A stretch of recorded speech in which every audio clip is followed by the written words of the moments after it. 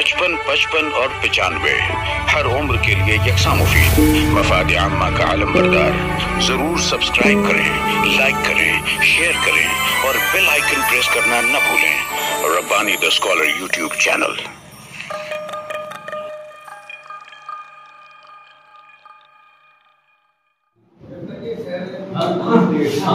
एक बात तो रह गई थी, वो जो अरस्तु जो है वो लड़की के ऊपर सवारी कर रहा था, तो उससे सिकंदर ने क्या सबक सीखा? उसने ये सबक सीखा था लड़की को और अरस्तु को देखकर कि अरस्तु जो है वो घोड़ा बना हुआ है और लड़की उसके ऊपर उसके घर की नौकरानी अपना दुपट्टा डालकर उसको जो है घोड़ा बनाए, दौड़ा के पूरे घर। तो उसने सबक ये सीखा था कि कभी किसी औरत के फिराक में मत पड़ना, वरना औरत तुझको इसी तरीके से नचाएगी और तू जो दुनिया फतेह करने का ख्वाब देख रहा है वो कभी मुकम्मल नहीं हो सकेगा, वो ख्वाब की कभी ताबीर नहीं मिल सकेगी। वो सबक था उसके अंदर। और आप देखो 100 साल तक चली ईरान और यूनान की जंग। एक लड़की जो यूनानियों ने ईरान के फारस पर हमला किया था, वहां से उस लड़की को जो ग्रीक की कहानी है हेलेन ऑफ ट्रॉय, वैसी कहानी इनके दरमियान में और एक सदी के अरसे पर वो भी बीती हुई मैंने फैली हुई है। यहाँ से एक लड़की उठा कर लेके चले जाते हैं वो यूनानी, और उस लड़की का नाम उस फिल्म में रेहाना बताया गया, वो उसी जमाने में भी है वो। तो वो लड़की आखिर तक सिकंदर के साथ रहती है, मर जाती है बूढ़ी होकर, लेकिन उसके साथ सिकंदर ना शादी करता है और न बहुत उसको रखता है, उसे राय मशवरा भी लेता है। बात जगह औरत का मशवरा बहुत शानदार होता है, वो उसी हद तक उसको रखता है कि इससे जहां तक मुझको मशवरा लेना है। उसकी आखिरी मिसाल हमको यहाँ पर मिलती है सलीम, बादशाह सलीम जिसको जहांगीर कहते हैं। वो जब तख्त पर बैठता था, दरबार होता था, तो नूर जहां पीछे अगर लाल किला देखो आप लोग, लाल किले में अगर जाएंगे तो जहां वो तख्त है उस तख्त के बिल्कुल ऊपर ऐसे बारीक संगमरमर की जाली लगी हुई है, अंधेरा नजर आता है, उसी जाली के पीछे नूर जहां बैठी रहती थी। अगर बादशाह से कोई गलती होती थी या कोई बात कहने में कि ये फैसला करने में, तो वो खाली वहां से हल्के से खिकार देती थी। बादशाह समझ जाता था कि मुझसे कुछ गलती हुई है, थोड़ी देर के लिए रुक जाता था, फिर उठ के महल खास में जाता था, नूर जहां से मशवरा करता था, वो जहां उसको मशवरा था, फिर वो आके दरबार में जो है वो फैसला वो सुनाता था। तो जिसका जो मुकाम है वो उसको सीखने का मौका मिला था उसने।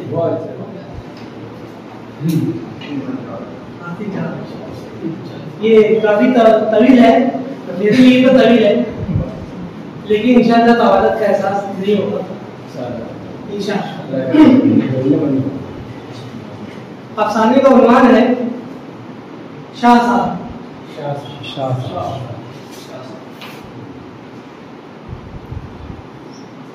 शाह साहब कई दिनों से नजर नहीं आए। मैंने यासीन से पूछा, हिस्ट्री का बोर्डिंग लेक्चर शुरू होने वाला था, इसलिए हम दोनों क्लास से बाहर निकल आए। हमने स्टैंड से अपनी अपनी साइकिलें निकाली और कॉलेज के चौराहे पर आ गए। वहाँ तलबा पे बैठने के लिए बेंच बने हुए थे, वहीं साइकिलें खड़ी करके हम एक बेंच पर बैठ गए। प्रोफेसरों की बकबक से तंग आकर हम अक्सर ऐसा किया करते। 20-25 दिनों पहले यही शाह साहब से हमारी मुलाकात हुई थी। वो चहलकदमी करते हुए हमारे पास आ बैठे थे। फरबा जिस्म, चौड़े कांधे, गालों पर उभरी हुई हड्डियां, मोटी सी नाक और शौकी से भरपूर चमकती आंखें रखने वाले शाह साहब दूसरी या तीसरी मुलाकात ही में हमसे बेतकल्लुफ हो गए थे। उनके सर पर घने सियाह बालों वाली टोपी रहती थी। वो सियाह पाजामे पर रंगीन शेरवानी पहनते थे, जिस पर जरी से गुलमोटे बने होते। सुनहरे मुंह वाली छड़ी हाथों में लहराते हुए वो जब हमारे करीब आ बैठते तो गुलाब और बस की खुशबू हमारे नजरों से गुजर कर दिलो दिमाग को फरहत का एहसास दिलाती थी। दाढ़ी के बाद उनकी गर्दन से नीचे तक आ गई। बातें करते वक्त अक्सर वो अपनी उंगलियों से उनमें कंघी करने लगते थे। वो रोज रोज तो इधर नहीं आते ना यार, उसके सामने है तो इश्क आशिकी की बातें करो, यासीन ने कहा। मैं दूर जाती हुई लड़की की पुष्ट को तकने लगा। यासीन ने कहा, शाह साहब अगर यहाँ होते तो उनके सीने पर सांप दौड़ रहे थे। मैंने मुस्कुराते हुए कहा, क्या बात करते हो, हमारी नजरबाजी देखकर तो वो हमेशा खुश हुए हैं, इसीलिए तो मुझे उनका ख्याल आया था। यासीन ने कहा, तुम कहाँ उनकी बातों में आ रहे, वो बड़े चालाक हैं। अरे वो हमें आ भागता और तरफता देखकर खुश होते हैं। मैं तुमसे मुत्तफिक नहीं, अलबत्ता मुझे भी कभी कभी उन पर हैरत होती है। मैंने कहा, कैसी हैरत, उसने पूछा। अपने हज के किस्से सुनाते हैं तो लगता है कि वो बड़े संजीदा मिजाज और अल्लाह वाले किस्म के हैं, मगर जब इश्क और दिलगी की बातें करते हैं तो वो कहने लगा, इसमें हैरत की क्या बात है, इश्क तो खुदा से भी किया जाता है। फिर उसने मेरा हाथ दबाते हुए सर पूछी, बोले, नबीला आ रही है। मैंने देखा कि नबीला और नाहिद कॉलेज की तरफ से चली आ रही थी। यासीन नबीला को देखकर कुछ ज़्यादा ही पुरजोश हो जाता था। मैंने कहा, शाह साहब ठीक ही कहते हैं। यासीन ने आंखें बड़ी करके मुझे झुका और कहा, अम्मा जाओ, तुम तो जानते ही हो कि हमारे घर वाले राजी नहीं होंगे। मैंने कहा, शाह साहब तो कह रहे थे कि अब जमाना बदल गया है और ये रिश्ता यकीनन हो जाएगा। तो उनकी बातों को संजीदगी से मत किया करो यार, कहाँ शिया और कहाँ सुन्नी। यासीन ने मुंह घुसोते हुए कहा, तुम लफ्जों के घेर में पड़ रहे हो यासीन। मैंने कहा, उसने हैरत से कहा, क्या ये सिर्फ लफ्ज है, तुम समाजी हकीकतों को नहीं समझते। तुम्हारी बातों से लगता है कि सोशल साइंस और लिटरेचर पढ़ने के बावजूद तुम्हें शाह और सैयद का फर्क नहीं मालूम। यार तुम भी कैसी फालतूदा बातें करते हो। 50-60 बरस पहले प्रेमचंद मंजूर के चंद्र ने तो इस बारे में बहुत लिखा है। साथ पात और तफारीके का जमाना तो कब का लग गया। अब तो कानून भी बैनुल मज़ाहिब शादियाँ करने की इजाजत देता है और तुम तो अपने ही मजहब की गर्मी से।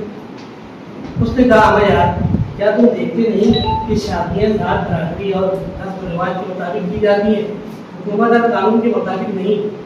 मैंने कुछ गौर करते हुए कहा, इस्लाम भी तो दूसरी कौमों में शादी करने की इजाज़त देता है, तुम्हें तो सिर्फ दूसरे मसला तो करीब आ रही। यासीन ने मेरा हाथ बताते हुए समझी। वो दोनों लचकती और मुस्कुराती भी हमारे करीब से खरामा गुजरते वक्त नबीला की नजरें यासीन के चेहरे पर रही थी। मैंने कहा, शाह साहब के अंदाजे की दाद देनी पड़ेगी कि दोनों तरफ आग बराबर लगे हुए। उसने कहा, हाँ, मगर ये भी याद रहे, इस आग से अपने दामन नहीं जलाने, सिर्फ आंखें सेकनी है और दिल गरमाने, इसलिए दूरी और फासला बरकरार रखा है। मैंने कहा, मगर शाह साहब की बात से मुझे इत्तेफाक है। कौन सी बात, उसने पूछा। मैंने कहा, यही कि इतने सारे चेहरों में इतने सारे हसीन चेहरों में से तुम्हारी पसंद का एक चेहरा अगर उम्र भर तुम्हारी आंखों के सामने रहा तो जिंदगी का तवील सफर कितना सुहाना बन जाएगा। वो खूबसूरत चेहरा तुम्हें दुनिया के जुल्म सितम और तमाम गमों से बचाता रहेगा। तुम्हारी सुबह तो नूर और शामें रंगीन हो जाएंगी। यासीन ने कहा, उनकी बातें सिर्फ किताबी बातें हैं जिनका हकीकत से कोई ताल्लुक नहीं। मैंने पूछा, क्या मतलब? उसने कहा, जरा सोचो, हमारे वालिदैन हमारे लिए अच्छा रिश्ता नहीं तलाश करेंगे क्या हमें उनकी पसंद पर यकीन नहीं रखना चाहिए? वो भी तो रात और दिन हमारे भले ही सोचते रहते हैं। क्या हमें उनके अरमानों का गला घोट देना चाहिए? मैंने कहा, और तुम्हारे अरमानों का क्या?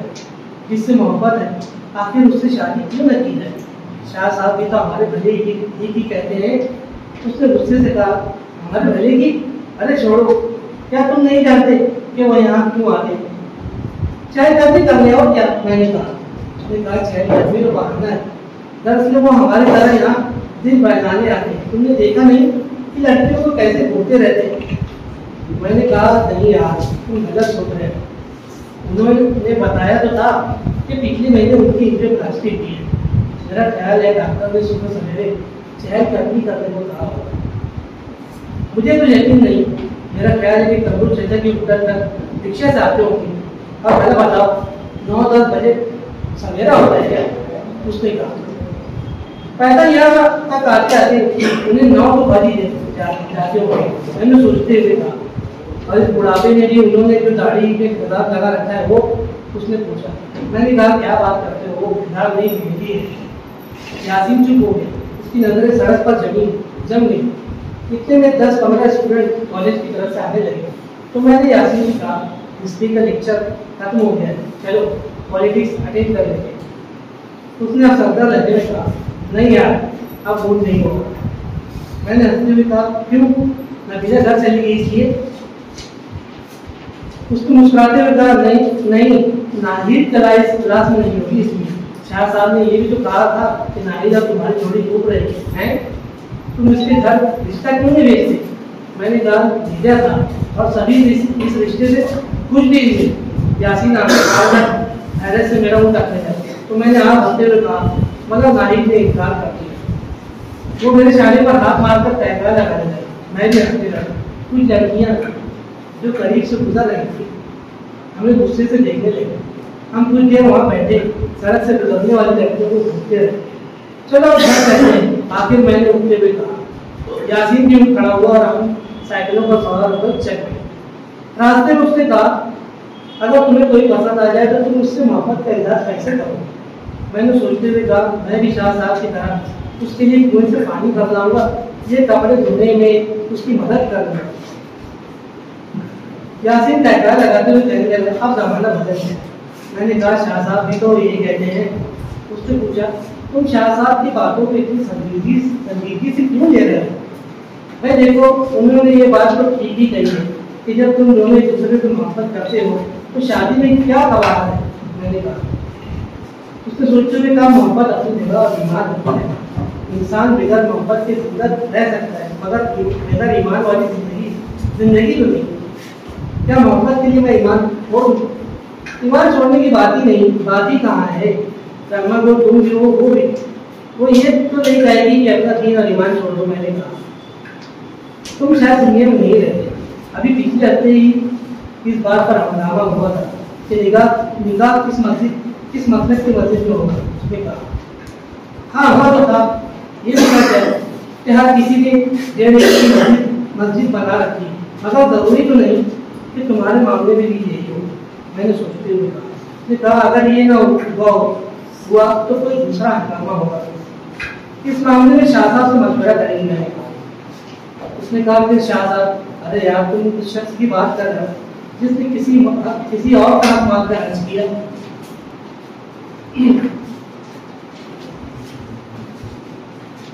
क्या मतलब? मैंने हैरत से कहा। उन्होंने बताया तो था कि एजेंट को ज्यादा रकम देकर आदमी की फेहरिस्त में अपना नाम ऊपर करवाया। उसने कहा, इससे तो ये साबित होता है कि उन्होंने रुपयों के बजाय हज को तरजीह दी। मैंने कहा, अच्छा, और वो मना करने के बावजूद रुकावटों को खाद कर हज रियासत को भरोसा देने की कोशिश करना। उससे पूछा, ये तो ईमान की पुख्तगी की दलील है। मैंने कहा। उसने कहा, अब वो उन्होंने 20 किलो जायद खजूरें जमजम की 4 कनस्ता जायद लाने के लिए जो रिश्वत इंतजामिया को दी, वो क्या थी? वो रिश्वत नहीं थी, वो हदिया था। मैंने कहा। यासीन हंस पड़ा, कहने लगा, अब तुम लफ्जों के फेंकने पड़ रहे। मैंने भी हंसते हुए कहा, तो क्या ये सिर्फ लफ्ज है? यासीन, जरा शाह साहब के उन सवालों पर भी तो गौर करो कि तुम जिससे मोहब्बत नहीं करते उस लड़की के साथ कैसे गुजार सकते, उस लड़की के साथ उनको कैसे गुजार सकते, और क्या तुम नबीला को किसी और के साथ देख सकोगे? जो खामोश हो गए। मेरे जहन में भी कई सवाल उठते रहे जिनके जवाब और खामोशी से तलाश करते थे। हम कमरू चाचे की होटल तक पहुंचे तो देखा कि नबीला और नबी सड़क के किनारे रिक्शा में इंतजार कर रही थी। मैंने यासीन को छेड़ने के लिए कहा, अरे ये दोनों इतनी जल्दी चाचा के होटल तक पहुँच गई। यासीन ने कनखियों से लड़कियों को देखा मगर खामोश रहा। यासीन के चेहरे पर नजर पड़ते ही नबीला की आंखें हमेशा की तरह चमक उठी, मगर इस मरतबा यासीन के चेहरे पर पहले जैसा नहीं था। हम आगे बढ़े।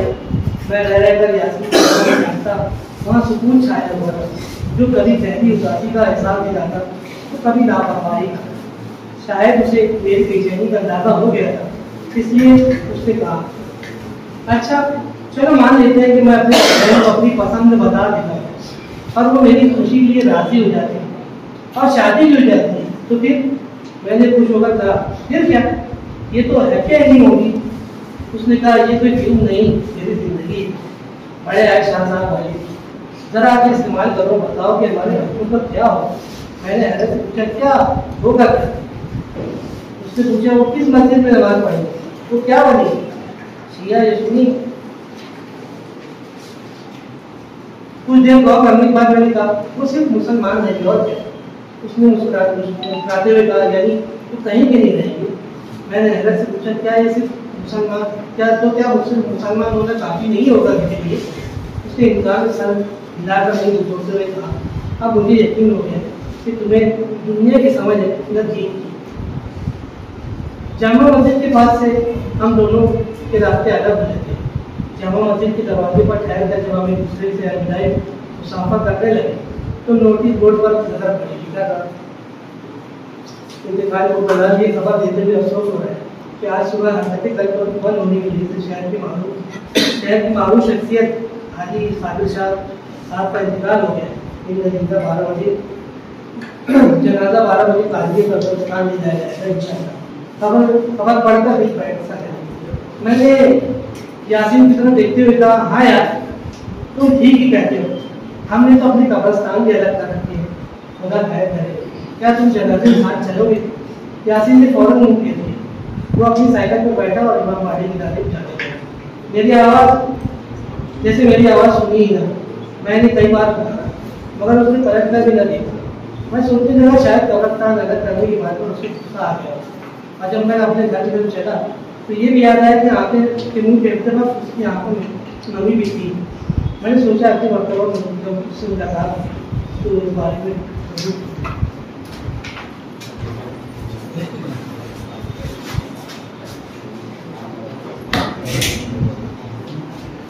डॉक्टर इब्न आदम साहब पानी आपका नहीं रहेगा।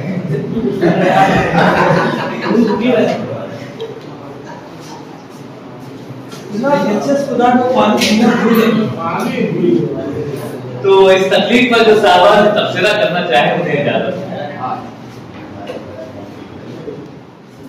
ये जो सर ने जो समझा कहानी बहुत अच्छी थी, मगर ऐसे बोले यासीन जो कहानी के अंदर की तो बिना मोहब्बत के बिना शादी कर लेना, अगर लड़के लड़का का दोनों एक दूसरे को अगर पसंद करे तो जिंदगी बहुत प्यारी हो सकती है।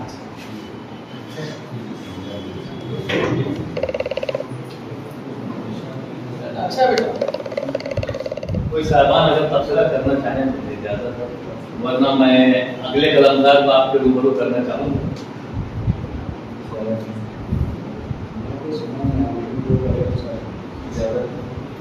मैं हमारी आज की नशिस्त के तीसरे कलमदार मोहतरम हारून अख्तर साहब को मैं मदद करना चाहूँगा कि अल्लाह करम में तशरीफ लाएं और अपनी तकलीफ पेश करें। मोहतरम हारून अख्तर। 95 हर उम्र के लिए यकसा मुफीद, मफाद आम्मा का आलम बरदार। जरूर सब्सक्राइब करें, लाइक करें, शेयर करें और बेल आइकन प्रेस करना न भूलें। Rabbani the scholar YouTube channel. Rabbani the scholar YouTube channel इल्मी, अदबी, दीनी, मिल्ली, समाजी, सकाफती, तहजीबी, फलाही, तिब्बी, फन्नी, माशी, तिजारती, माशरती, इंतजामी, इनकलाबी, तहरीकी, तहकीकी, तकनीकी, तफ्तीशी, तामीरी, तालीमी व मालूमाती यूट्यूब चैनल जरूर सब्सक्राइब करें, लाइक करें, शेयर करें और बेल आइकॉन प्रेस करें। Rabbani the scholar YouTube channel.